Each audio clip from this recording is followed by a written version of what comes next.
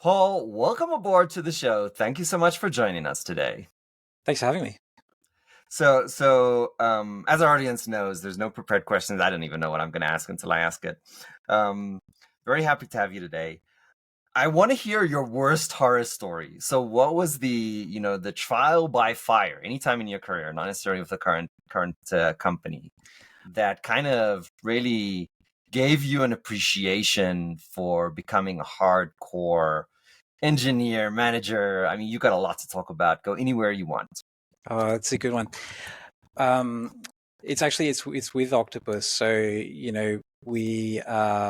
we went to exhibit at a conference that Microsoft was running, and we had our booth all set up and everything. And at this time, we were kind of the only company really in our space. We were fairly well known.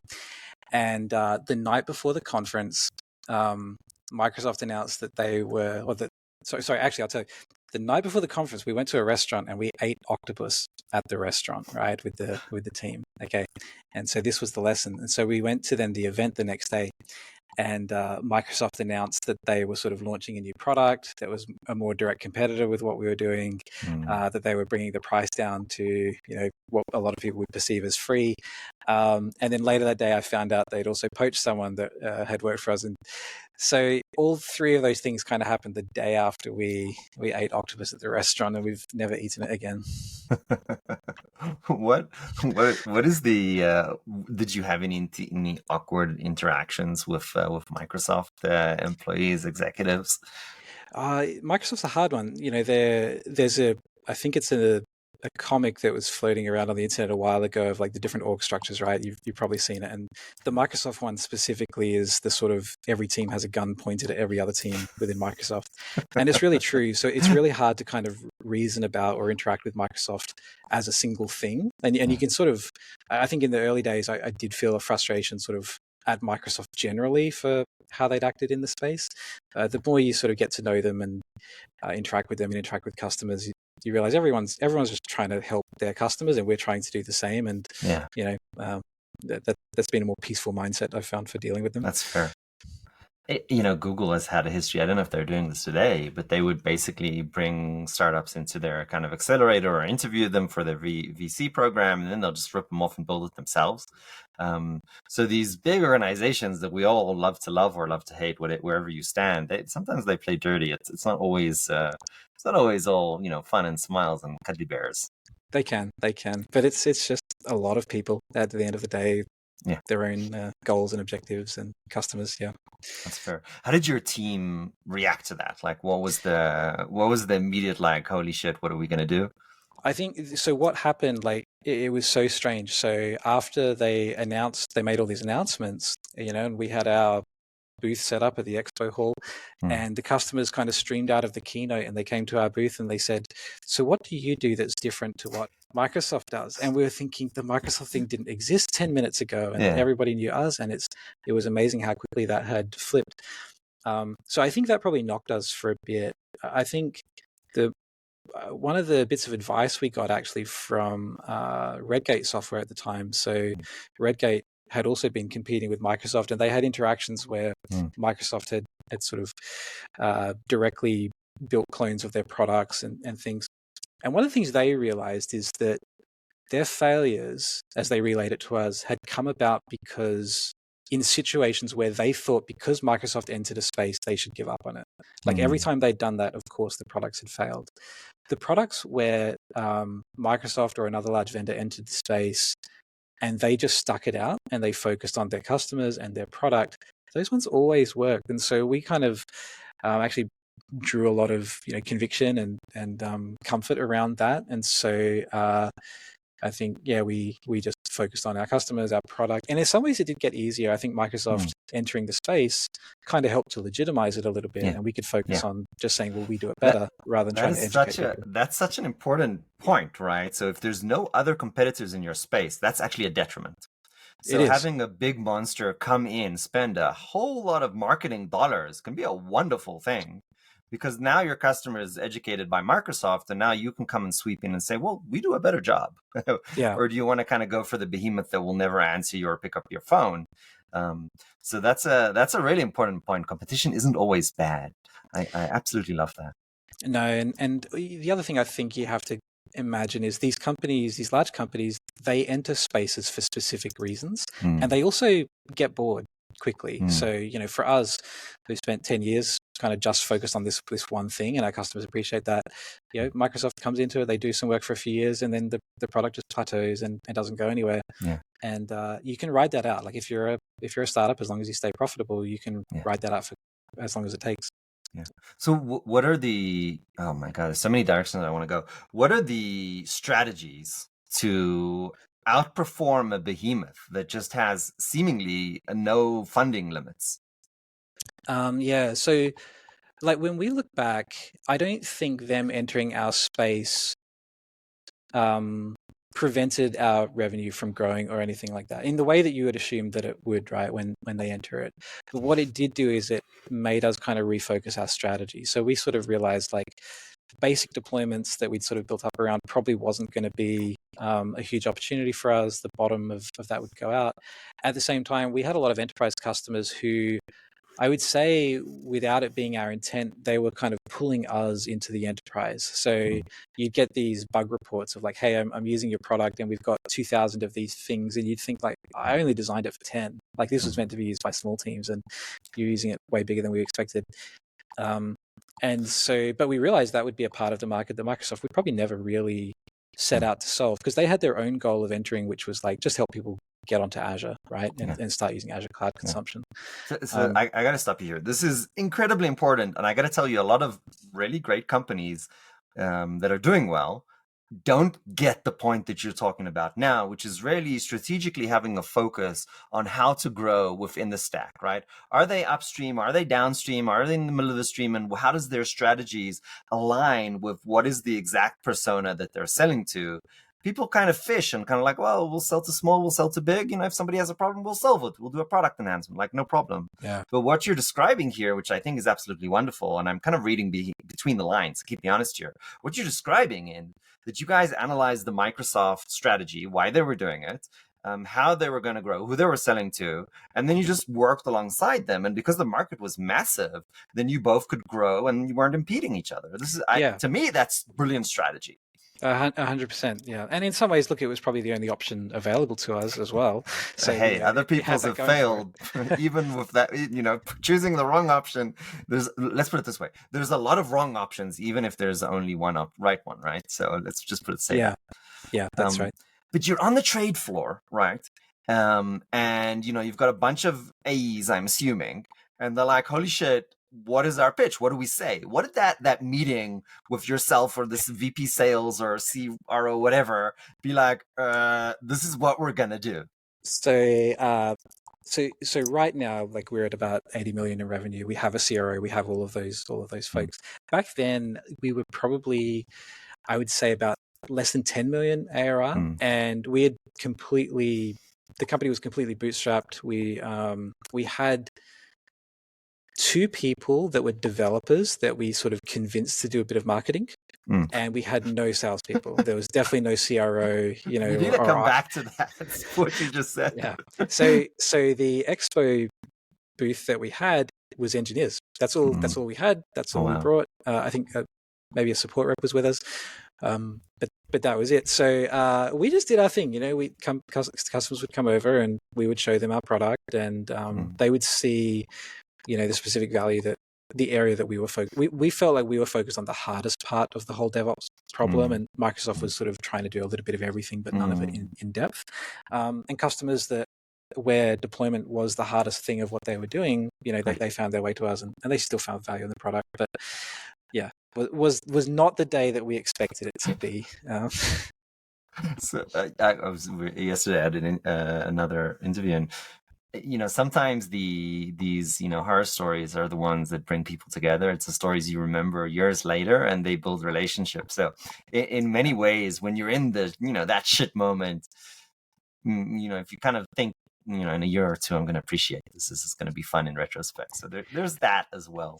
Yeah, and there's something about because it was such a big event, right? Because it was such a visceral moment where the whole world for us changed on that day. I think we then responded to it in a way that was like, okay, let's take this really seriously and do it. There's been other times where, there's like you could imagine if a smaller competitor entered the space, if it happened over a longer period of time, you could sort of ignore them and not think, okay, I need to change my strategy. We need to do something radically different. Yeah. So so you're saying the slap in the face in some ways was a positive thing. Yeah, definitely. And I think, in fact, it helped us. Like, I think we're a better business today because of it. And it's funny, like, people talk about like ideal customer profile and all of these things. You expect those things to get broader over time, right? Like when the company's small, you have a very narrow ICP, and as it grows, it's going to get bigger and bigger. There's all these people that join. For us, it's actually been the opposite. When we started, it was like, well, anyone who deploys stuff is a customer, and as it grows, it's like, no, people with complex deployments are our customer, and people at enterprises are our customer, and it's narrowed over time. Interestingly. Yeah. Well, I would argue that you're cheating there a little bit because, I would argue that strategically you want to start with one narrow persona and then grow it so then it would grow over time. But if you're trying to fish and do a catch-all and you're kind of getting smart about, oh, well, my sales marketing actually needs to be more specific, that's when you kind of go from wide to narrow. So I think it's still fair to say that your personas should grow over time, but obviously not if you started from a catch-all. They do. But there's something about, just finish that thought. There's something about, like, I think as a market grows and becomes like a category, it becomes really established. Like there's not just going to be one need for that market, right? So you take like automobiles, there's lots of different needs that people have of automobiles. So lots of different companies can really focus on those needs. I think the failure would have probably been for us to kind of just focus on, we just make cars, we're not focusing on one specific type of car. Right. No, I appreciate that. So I want to go back to that moment of the AEs who are actually engineers, software engineers, like coding and stuff. So the AEs are kind of freaking out maybe. And I want to talk to the soft human management of that. Did you have a like these like light bulb leadership moments where you're like, okay, we're going to do this? What did that look like? I think on the day we tried to probably just assume everything would be okay. Let's do our thing. As we I think talked on the flight home, I think definitely we started to think about what was next. And there was probably a period where we didn't rush a lot of this. Like what we didn't want to do is, okay, something's changed. Let's have a knee-jerk reaction, because I think at that time we might have concluded, okay, let's just sort of find a way to orderly wind it down or something, right? Like let's just give up. And I've definitely seen companies do that. Microsoft or somebody enters their space, they just assume it's a foregone conclusion, they won't win, and they abandon or they massively pivot, to make a new product or something. So actually taking a bit of time to talk to other companies, other CEOs around, what had worked for them and what hadn't, I think gave us a much more thoughtful approach for how we're going to handle it. Yeah. That's what you're showing us here is an incredibly important skill, I think, and that's kind of being measured and slow and getting input and feedback. I do agree that there is an issue if you're in head of the steamroller, right? But I think that's only true if you are a feature within somebody's ecosystem. Then you're being asked to be run over.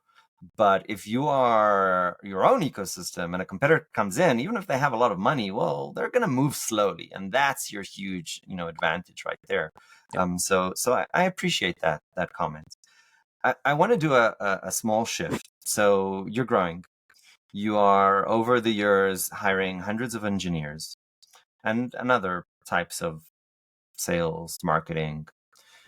So your engineers are no longer doing BDR and SDR. Yep.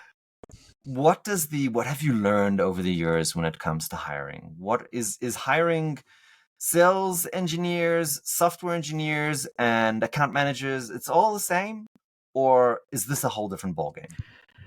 I think there is a lot of similarity from it. Like it's less different than you would think. I think with some roles it's a little bit easier. Like for example, I think hiring engineers can be quite easier in some ways because there's generally a fairly high bar. Like most engineers can code stuff. There's a fairly easy way to figure out who can do the role, who can't. There's a large part of it which is what's it going to be like when they join the team, like at the interpersonal level and stuff. That is probably common across all roles. But engineers, I would say, tending to be more introverted can be a little bit easier to read. Like it's a little bit easier to feel like, okay, if I've got this feeling from working with this person, that feeling will probably sustain as they join the company and grow. I think when you get into other types of roles like sales and marketing, I think actually that the hardest part was my own learning how to kind of think about those roles. And to give you like an analogy, I think I'm a software engineer by background. The first few versions of the product I built myself.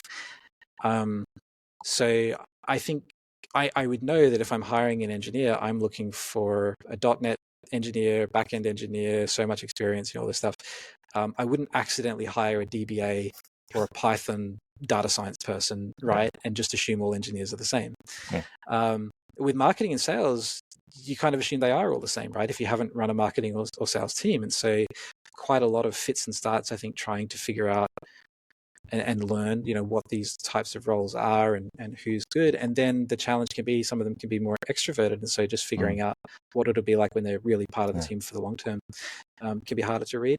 I think there's definitely, both when hiring engineers and other roles, we probably tend to over-index on skills. And one of the things I think I got comfortable doing later was sort of just sitting with the idea of someone joining and getting that, because you sort of think like, if I'm hiring someone, it should be a totally logical decision. It should be like, they have the skills that I need, they can do the thing. The sense of like, you know what, I think if I was working with this person, I probably wouldn't look forward to coming into work the next morning. Like there's just something about it that would feel off. But you ignore that voice, right? Because it's supposed to be a logical hiring decision. I think that's a failure mode that applies across all roles. I think actually leaning into, no, like working with this person would energize me. It would bring kind of an amazing feeling to the team. And it's good that they also happen to have the technical skills that we need. Yeah. I think this is a really sensitive topic. I'll tell you why. In certain areas, topics, and domains, there is a difference between engineers who just can't do the job at all, will completely mess with your code, and engineers who can do the job, okay, and then engineers who can do it 5 to 10 times better, meaning faster. So it's as if you've hired 3 or 4 engineers for the cost of 1.3 because you're going to pay them more.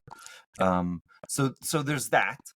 But then on the other hand, when I hire, then I'll solve a problem together with them. And I want to see, that we can communicate. And then we can communicate well, kind of jive off each other. And that kind of accelerates. So on the one hand, I agree with you because I test for that. I test to see that we can communicate well. But on the other hand, I'm like, hold on. I've also hired like antisocial people that don't have those team playing skills because they were worth 4 or 5 people for the cost of 1.3, 1.4.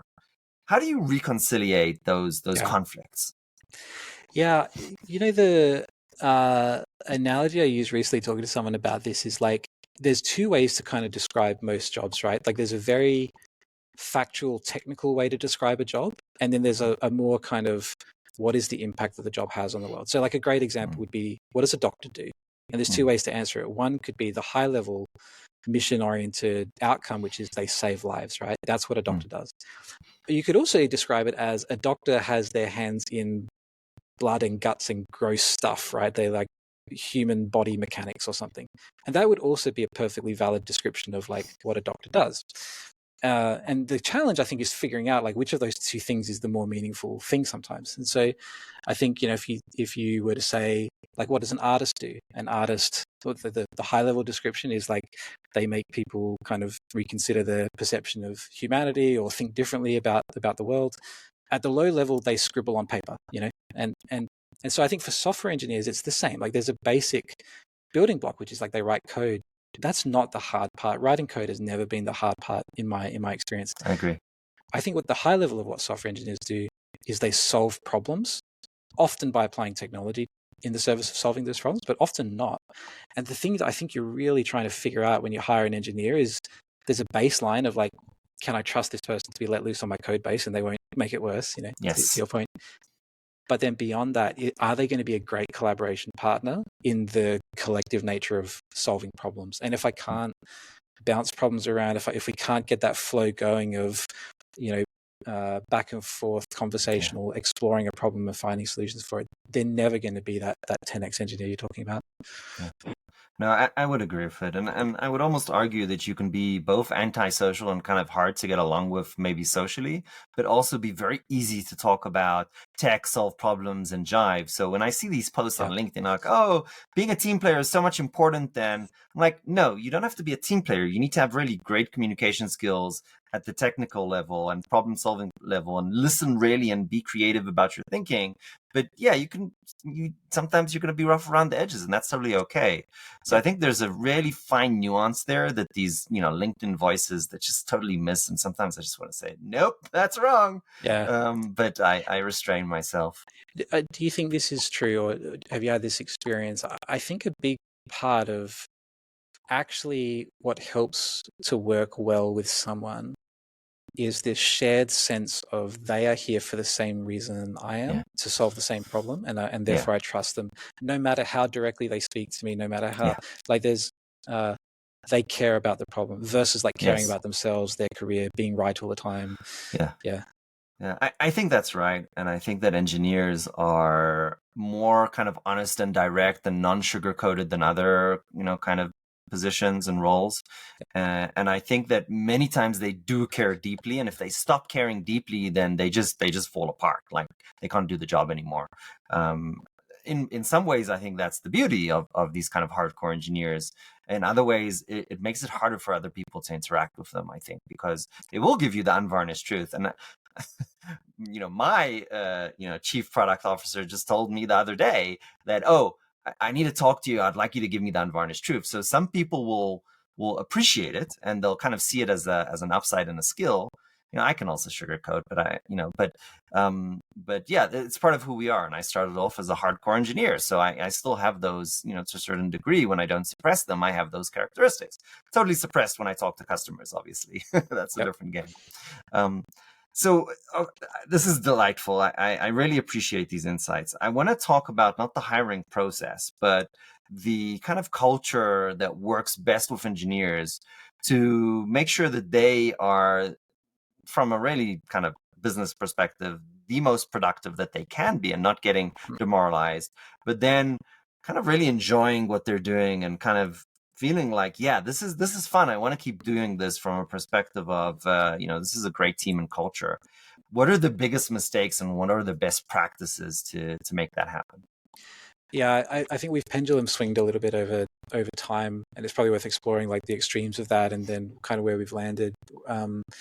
In the early days, so the first probably 3 or 4 years, I kind of just wrote all the code and answered all the support tickets and everything myself. And then we started hiring engineers, um, and we sort of grew a team. We probably got to about 20, 30 engineers at that point.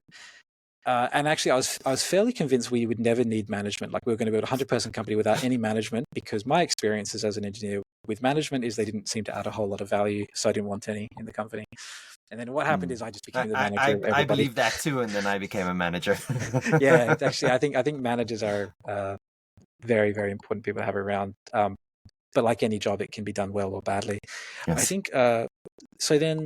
So one of the challenges, right, is you hire these really smart people that you're paying a lot of money to, and you're hiring them not because they can type code, but because they should be collaborative partners in solving a problem.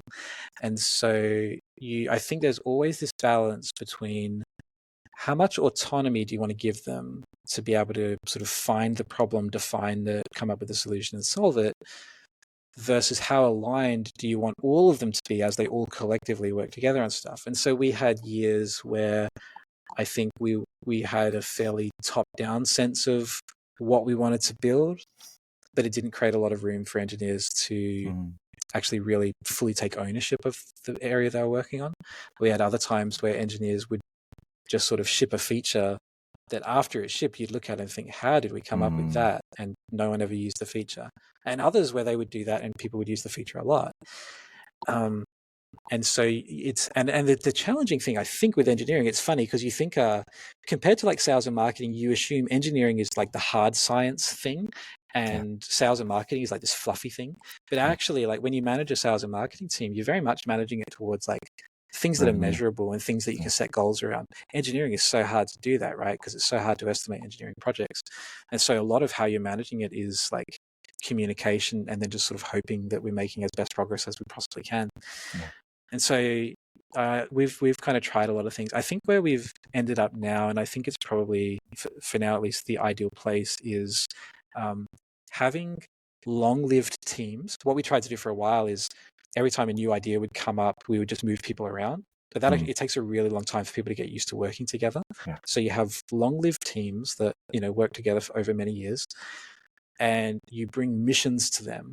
And you do have to really lean in and define the mission and the scope around it. Like, our job is to build the best way of delivering software to Kubernetes from the moment we deploy something through to like we can see it in production. So you can't be fluffy about it. You have to be somewhat defined about it. Then you have to sort of get out of the way and let them figure out what that means. And then at some point, and this is the trick, you have to sort of time when you get involved again, just to check, did they really get the mission? And quite often they have got it in a way that is more deeply than I have, because I have some perception about this thing, but they've really explored it. And so it's really delightful when you sit down with them and they sort of unpack what they've learned and what they're planning to do. And you think, oh, wait, you've got this. Like, I'm getting out of the way. And there's others where you think, no, I didn't. I got to bump this a little bit left to the right to make it align with what I'm thinking. But then there's a lot of getting out of the way and creating that autonomy for them. Yeah. I think there's something brilliant in that insight. And there's definitely, as an engineer, where I was doing everything, right? I was doing the executive, the product management, then coding. I did feel in myself even that huge transition from kind of PMing it and kind of understanding the scope, the feature, why we're doing it, the business case, and then actually writing it. Suddenly, when you have to bring pen to paper or code to whatever Visual Studios, your brain changes phase and it clicks in a different way. So now you're thinking in a different pattern. So that's a very valuable insight. And I've actually never heard anybody talk about this hard versus soft and other way. I think that's beautiful. It's almost poetic. I really appreciate that you shared that with us. When you look about the things that can go wrong, what was the kind of nightmare horror story with maybe one of your engineers or one of your projects? Can I give you a marketing one, actually? Because I think it's a bit more, and I think it applies actually very much to software engineering, but it's let's go there. Story. So over the years, we tried to build out our marketing team. And you can imagine that marketing to DevOps engineers is a particularly hard thing. One, because they don't really spend a lot of time. They have ad blockers on and they don't really tend to read a lot of marketing, and they tend to read through it pretty easily. And two, because it's really hard to find marketers who understand that persona and can market to them, right? And so we've had a few attempts at making this really work. But I think there was a particular time where we'd really grown the marketing team. It was about 20 people. And the way I think this is like a huge lesson for sort of where management can help, and also where I think in some ways management is often the problem, is we would do like a quarterly, you'd see like the quarterly plan for the marketing team. And it would be, every single marketer has a slide of their own. And on that slide is 4 KPIs that marketer has signed up to. And, all these initiatives they're going to do, right? This sort of almost trying to outcompete each other in all the stuff that they were individually going to commit to doing. And that was sort of the environment that had been created. And you looked at it in just complete disbelief. Like, there is no way that the designer's KPIs are to do these things, and your KPI is to publish a case study. And I know to get a case study out, you're going to need a designer to put it into a PDF, but that's not on their list. And you would just look at this and it's stuff that I think engineering managers probably pick up a little bit better, right? The dependencies between things. But I think there's a massive role to be played by managers.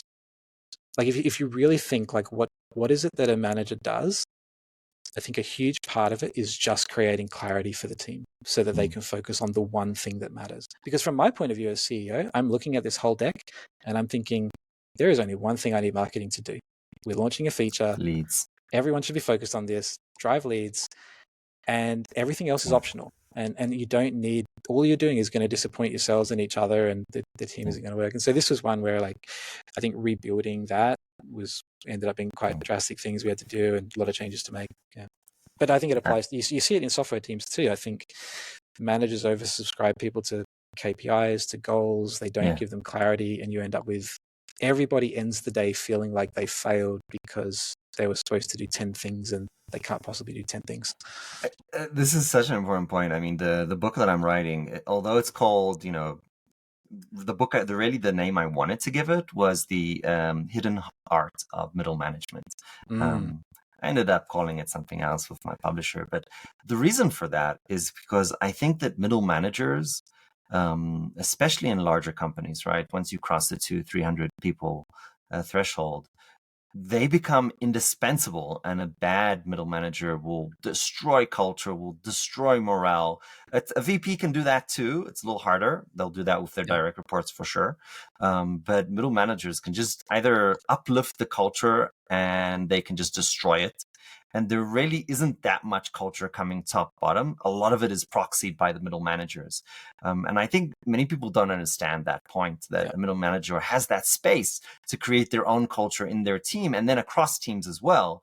And then what's also incredibly interesting is that the relationships between the different middle managers completely changes the company, right? So if you're fighting and you're KPIing, and then here I do blame upper management, because if the incentive design for the different middle management is putting them against each other, then that's a recipe for disaster. And I'll tell you, my organization, Siemens, did some really bad mistakes there.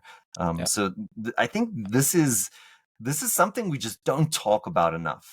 So I want to dive into this topic. When you think about middle management, how do you see, as the CEO, your role to interact with them, guide with them, but then also get feedback and measure them?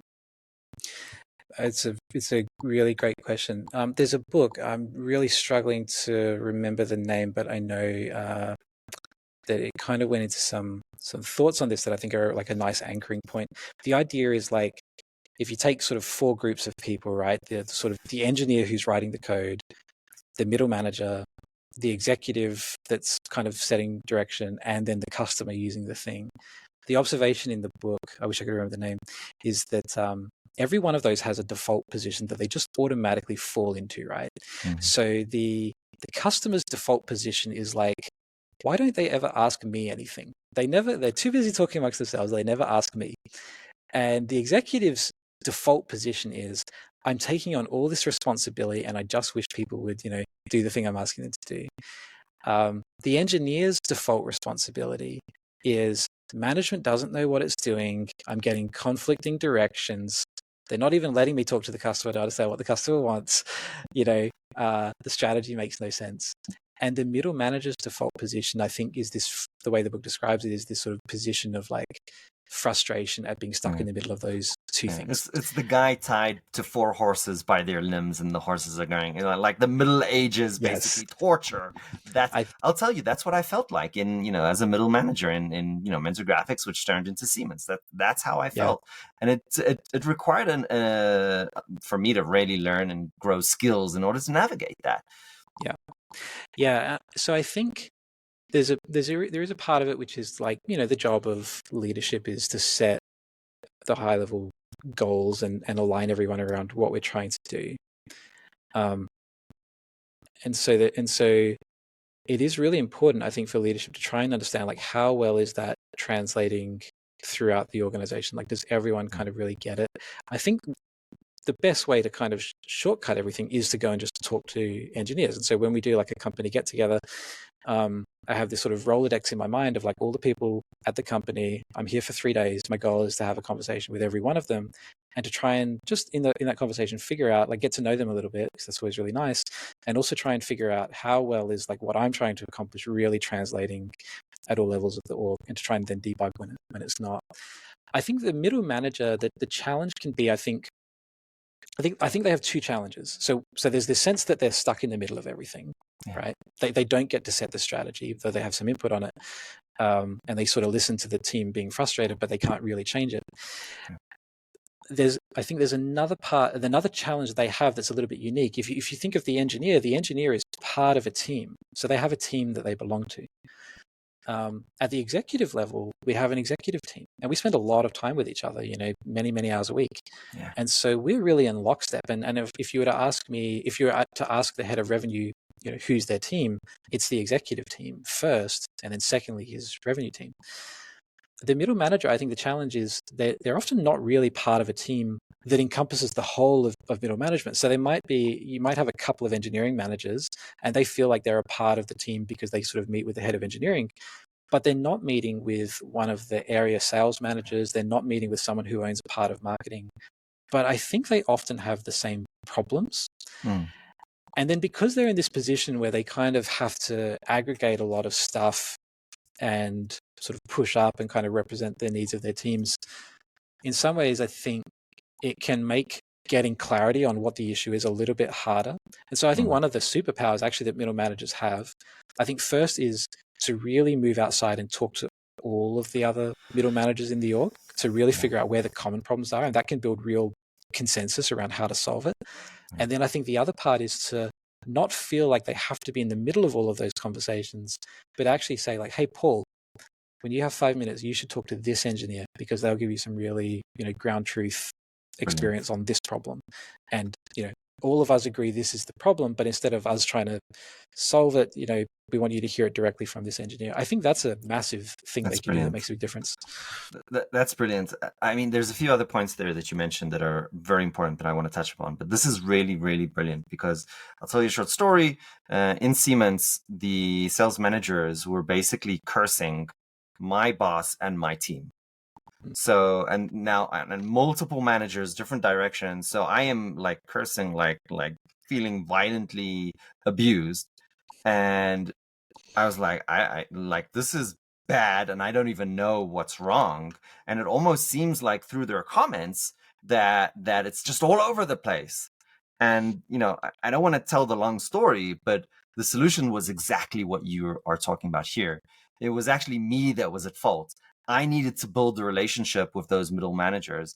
I needed to understand their incentive design. I needed to change my language to reflect their KPIs, their needs, their wants. And in sales, it's very clear, it's revenue. And the real problem why they were upset with me is debookings and revenue recognition delays, those kind of things. And then I needed to go and communicate to my team how sales and marketing were thinking and why these executives were upset with us. And I think that shift, which is exactly what you're describing, was a solution. So this is absolutely brilliant, right? Middle managers building relationships with other teams, not necessarily inside of their own kind of vertical of engineering, but beyond. It can just change the trajectory of a company. It's so important. Yeah. I want to change step for a sec. There is a problem that I've noticed that you have managers that are absolutely brilliant, but they're not great communicators in regards to they're not political. And then you've got managers who are maybe not brilliant and not doing the best thing, or maybe self-centered or political, but they're amazing communicators. Which means is they're highly influential and they can kind of negotiate you into a corner. And you're like, what just happened here? Now I'm touching my face because I'm recalling one of these people who happened to be, I won't say what my relationship to him was, but it felt unfair. It felt bad for the organization that somebody who can out-communicate you but is not making the right decisions for the right reasons. How do you manage that? Have you come across that situation? Do you have kind of a culture to mitigate that? We've definitely had that. And I think when it's happened in the past, what tends to happen is those people, unfortunately, they do tend to get a fairly long leash. And part of that, I think, is I will often tend to convince myself that, I can figure out how to get the best out of this person, right? Because we've hired them because they've brought some skills. At some point, you sort of, and I'll talk about what I think the failure mode is and why it doesn't work from what we've seen. But what I think has happened as we've gone through a lot of these experiences, and then you go and talk to like the engineering managers who work for those people or whatever, is like they could all kind of see it. Like the signs were kind of there. Everyone got it. When the person left, everyone had sort of breath. There was this breath of, everyone was glad Relief that the situation had changed. And so then I think what happens is the company kind of builds a little bit of an immune system as long as you keep up that communication. So I think the worst thing is like you hire a manager or something and you sort of give them a team and then just sort of don't actually check in with the team. And I've definitely had it where I haven't taken the time to really get to know all the people on the team. Yeah. And then I've kind of taken the word of, the person in the middle, that, everyone on the team is bad, or, whatever the kind of narrative is. And you only really break that down by just going and building relationships with the team first. And so you have to have that across the company as much as you can. I think, you said the word political. And I think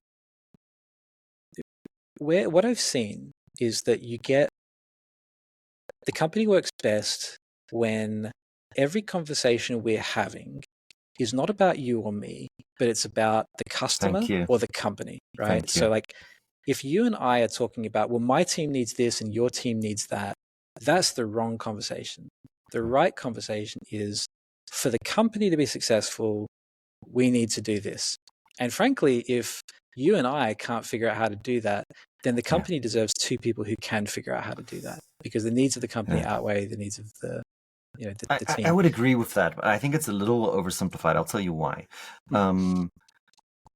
If you're such a good communicator, you're going to speak that language, and you're going to out-communicate the other person through the language of the customer, etc. But really what you're thinking is, oh, I need my revenue recognition, or I need my revenue targets, or I need my, my extra reports and my headcount, because the company's policy is that it makes me a manager of this level when I have this much of reports. So I need to grow. So they're thinking about all these, internal incentive. They're speaking the language of external customer centric. And then reconciling that is incredibly difficult, but you already gave us the answer. And it's what you said about, crossing that loop, listening to the ground, and seeing if there's any misalignments. Really, really important. So I think that's the right answer. I completely agree with it. I don't see it happening as much. I see a lot of executive level management completely disconnected from the two tiers of management beneath them, and then completely disconnected from the ICs and individual contributors.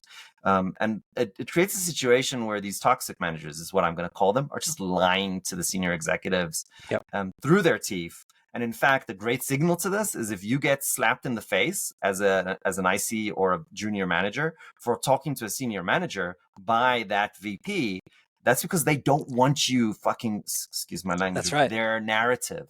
The narrative is breaking down. You see that, yes, that they don't want the truth getting up there. I'll tell you, I see less of that in software, because I think in software we have better managerial practices. I think we have better managerial cultures. I see it a lot in pharma.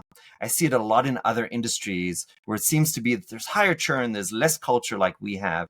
We've borrowed a lot of our culture from manufacturing. We've really gotten good over the years, I think. But this is not the truth in other industries. So it's really interesting when I kind of hear those stories from my extended friends and family. I think that the skip level relationships are a really important way to find these things. I think there's something about, you're familiar with like the sort of compass that every manager has, right? Like the north is like reporting to their boss, right? The south is their team. And then east to west is like other people and external customers and so on.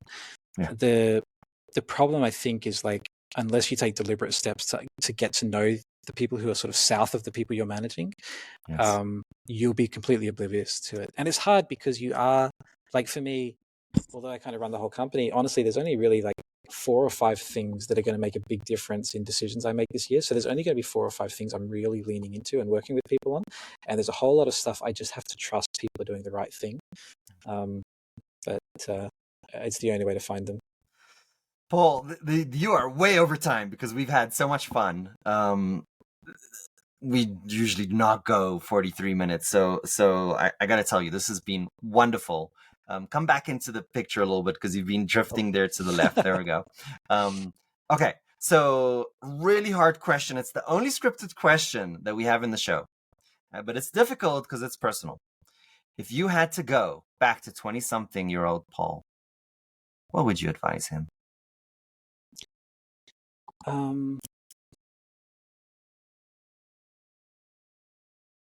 I think it would probably be something along the lines of to take some of these leaps, right? Like there's times in life where you have opportunities to do something that's a bit scary, right? Like life kind of calls on you to do something that you're a bit uncomfortable with.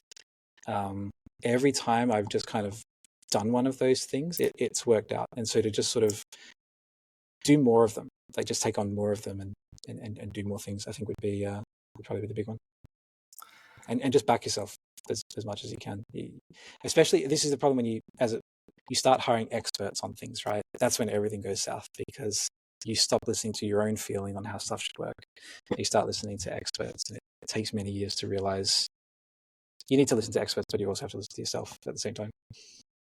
Paul, thank you so much for joining today. This has been an absolute delight. You too. Thank you for having me.